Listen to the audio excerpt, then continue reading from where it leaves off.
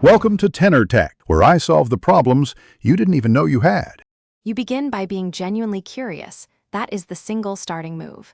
Notice what she cares about, hobbies, a band, or a class, and use 2-3 small hooks to start.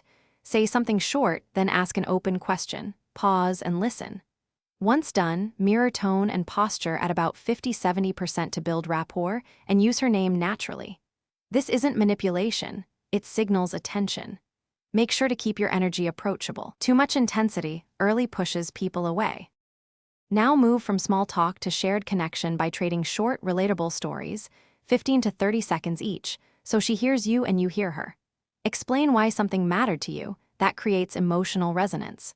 Once done, give sincere compliments about effort or character, not appearance. Then propose a low-pressure activity, offering 2 specific options so she can choose. This demonstrates initiative and respect for her schedule. If she hesitates, slow the pace and ask what she enjoys instead.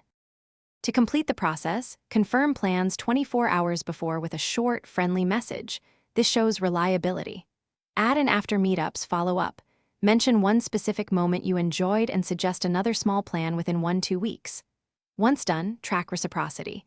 If she responds and proposes, proceed.